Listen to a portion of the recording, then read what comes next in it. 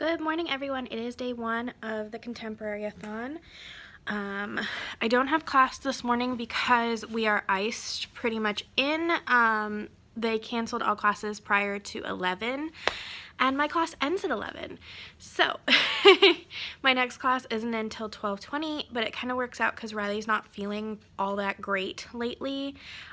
She's been throwing up a lot, and so I took her to the vet last week, and they gave me some anti-nausea medicine. As soon as she was throwing up consistently, I put her on a bland diet of just rice and chicken, and she's eating her rice and chicken, I think. She was kind of not really wanting to eat it this morning. And they gave her the anti-nausea medicine. Once she was off the anti-nausea medicine and back onto kibble, she was throwing up again. And then I know for a fact, I think it was last night or this morning, she threw up again in the bedroom, some rice. So she's just not feeling the greatest. So I'm taking her to the vet. They ended up squeezing us in for a 9:30-ish. I'm just supposed to show up at 9:30, and they're going to try and get me in because I just want to know what's wrong with her. I don't like dropping her off because she's claustrophobic too, so her being in a cage just it makes me upset. I'd rather her be in a room. Like, if they have to put her in a cage, they have to put her in a cage. Like, it's not a big deal, but I worry about her and like her anxiety and stuff. If you don't know, which I don't think I've talked about this, my dog has more anxiety than most humans.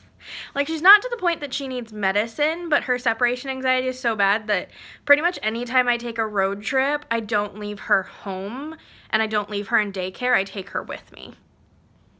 I pay the extra for hotels. I get her into the vet right before I leave, so I have a health certificate. Like, I make sure that I take her with me.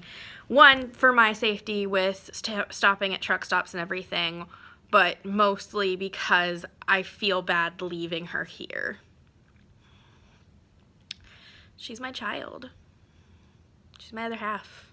She's basically me and a dog. So, yeah, we're gonna go to the vet and see what is wrong with my poor child. And I have glasses on because I'm not gonna put on contacts for the vet. But I am leaving the phone at home and letting it charge because I forgot to charge it last night. You know, picture of adulthood. But anyway, yeah, so that's about it. So I think I haven't finished the Princess Diaries yet, so I think this is going to be my pink book. And if I don't end up getting to the hating game, then that's going to be my recommended book too. But the other book I started last night on ebook was When Dimple Met Rishi. Yeah. So it was kind of before midnight, but like, I cheat on these. I'm sorry. Anyway, yeah. So, bye. So I'm outside with Riley so she can go to the bathroom because I didn't take her out before I took her to the vet because I knew they were going to do a poop sample.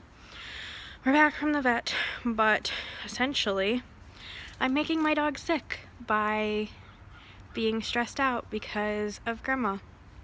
So it's the worst feeling in the world to know that you're the reason your dog is sick or your child is sick. Like, it's not really my fault, but it's my fault.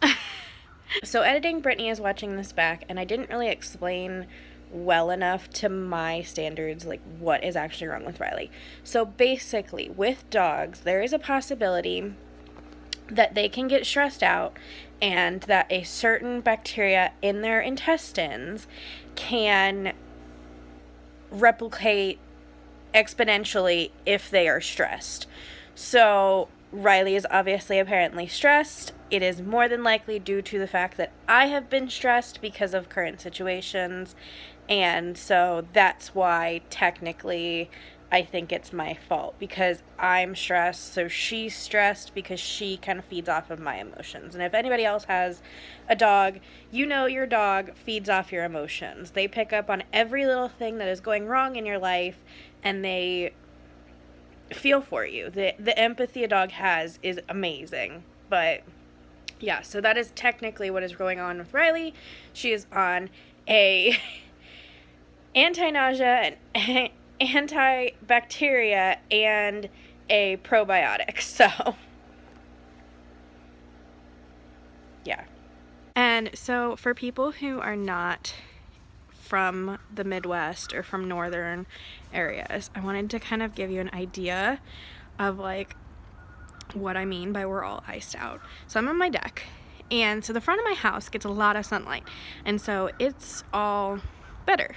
However, the back of my house and my deck does not. So give me 1 second. I'm going to turn around the camera and we're going to see what it's like to be on my deck.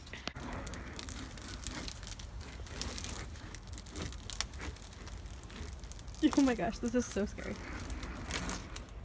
Like, it's just ice. I'm literally sliding. So this, if you can imagine, this is a deck. If you can imagine roads like this and sidewalks, that's like what it is. Like, I'm literally breaking straight ice.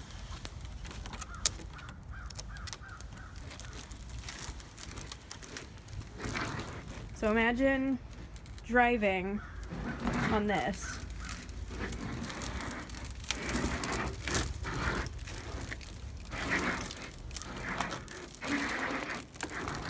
And I'm in snow boots. So you can imagine the traction on your car. The other thing you have to watch out for when you're driving is you see all that ice on the ground that just fell off the light post. To give you an idea of what it's like to run over that, it's like running over ice pebbles, like ice gravel. So you don't have any traction on it and you're running over gravel basically. So it's like double no traction. It's fun. Move up north. So the lighting's gonna suck because I'm in a parking lot and I need to get going to school.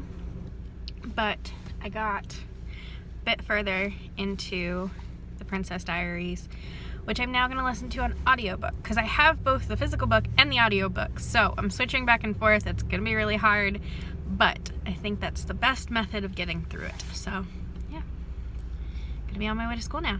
I have class. I have linear algebra. That's the only class I have today because of the ice. So yeah. Okay, bye.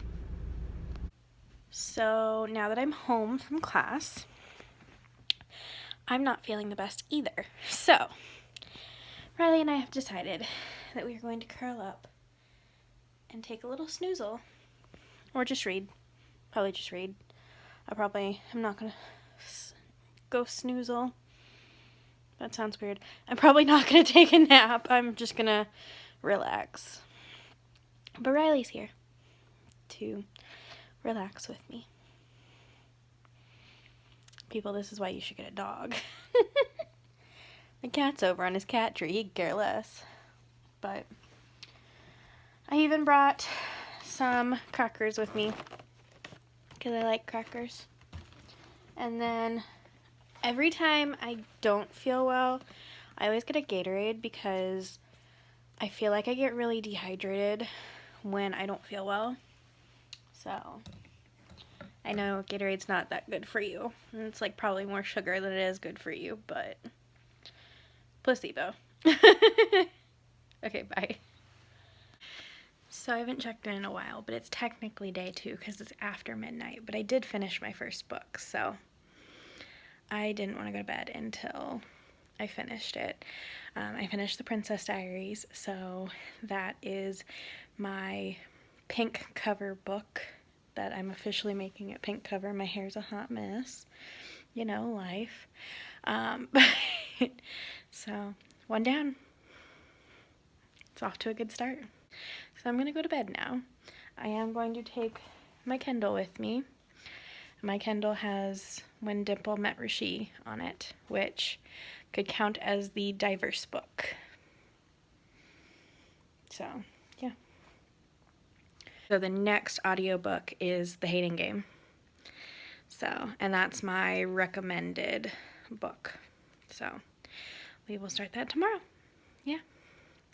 So oh, and by the way, so I don't know what my hyped book is going to be anymore, because somebody finally decided that they were going to return Simon versus the Homo sapiens agenda. So it is on its way to my library because they returned it to a different branch. But yeah, I don't know. People just return your books. So I don't even know if I'm going to read it for this readathon or if I'm just going to tack it onto my TBR and just read it afterwards, but we'll see. But for now, this is where we're at. We're 1 out of 6 done. Night.